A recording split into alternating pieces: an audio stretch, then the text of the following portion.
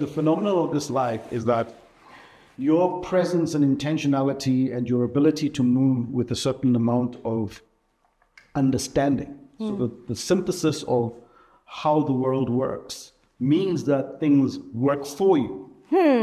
Things happen to you, right? And it's biblically written, that all things work for the good of those who love the are Lord, called according to your purpose, right? So and it's hard to digest that because that skill is a training process that you need to be having from literally childhood. To truly understand that sense of power that if I'm called to do something, then everything will work in my favor for it. And there are analogies around the world to give us that example. Winter works really, really, really, really, really well for spring. You're not gonna get spring if you don't have winter. All right? So the tough times, we worry about the tough times, and it's a human condition that we've had systematically again.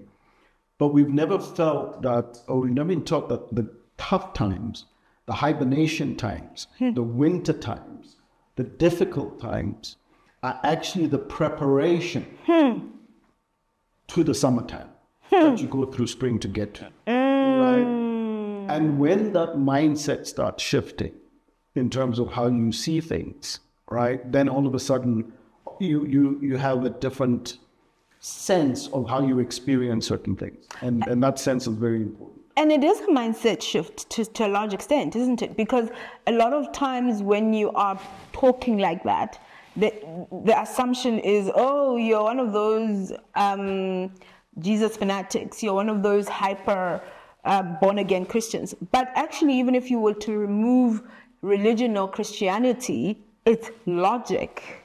I haven't, other than one or two occasions, used religion or Christianity. I've just used straightforward understanding that you do appreciate that it is the winter that helps the spring. So it's the cutting back, it's the pruning back,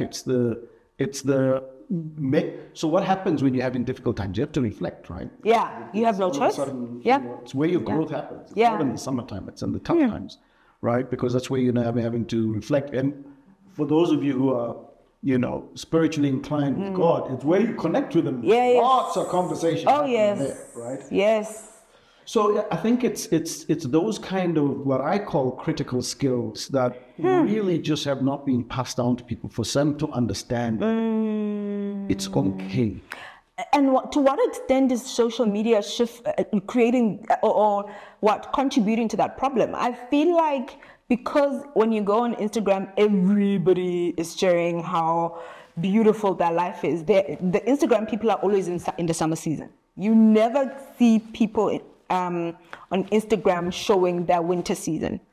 And it's perpetuating that. No, absolutely. And I think it's new, social media, and I think eventually people will get it. Right, okay, I just saw him 2 weeks ago. I was struggling.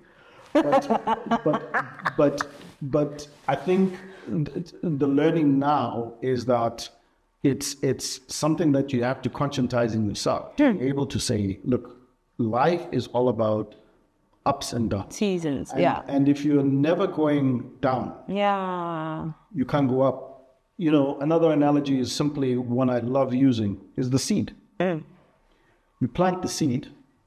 Where does it start growing first? Downward. And it has to keep going downward because it's determining the strength of how you're going to go upward.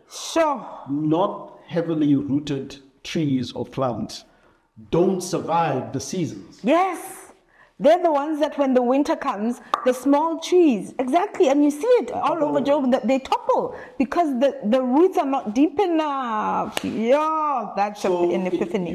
I remember one of our psychologists on our sessions, you should not stay. You should fall in love with failure and you should fall in love with difficult times because those are the things that teach you. Those are the things you learn from. If you do not have difficult times and failure, you're not. That's where your root moves. Because all of a sudden, I fell into a pit. I dug myself up. I'm not falling into a pit again. I'm not falling into a pit again. I'm actually now looking for the pits, right? So I think what we haven't done enough in our schooling system. All mechanized systems are going to be taken over by, AI. The question becomes, what do you do? Yes. And Yes. you become more human. Which is why the essence of building future leaders around humanity is now you interpret life through a human lens and a human eye. We do this more. Connect.